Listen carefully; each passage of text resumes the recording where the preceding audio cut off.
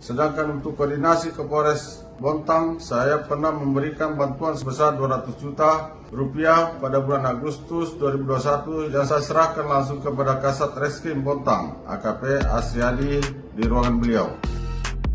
Disebut terima setoran dari Ismail Bolong, ini bantahan AKP Asriadi, ex Kasat Reskrim Polres Bontang.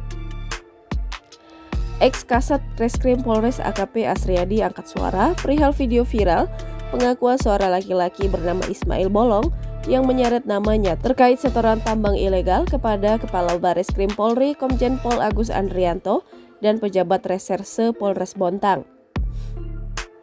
AKP Asriadi yang kini menjabat Kasat Reskrim Polres Kubar menampik kabar tersebut. Menurutnya hal itu tidaklah benar.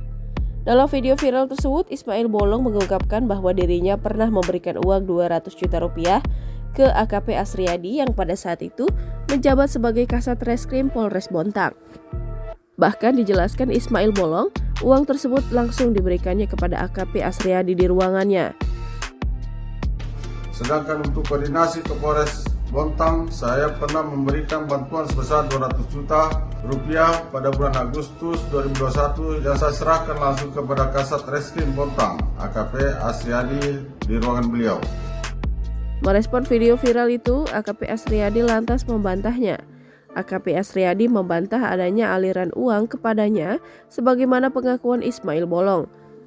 Ia merasa tidak terima atas tuduhan yang disampaikan Ismail Bolong kepadanya.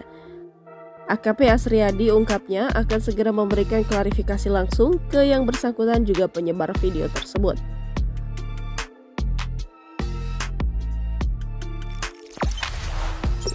Jangan lupa subscribe, share, komen, dan like ya!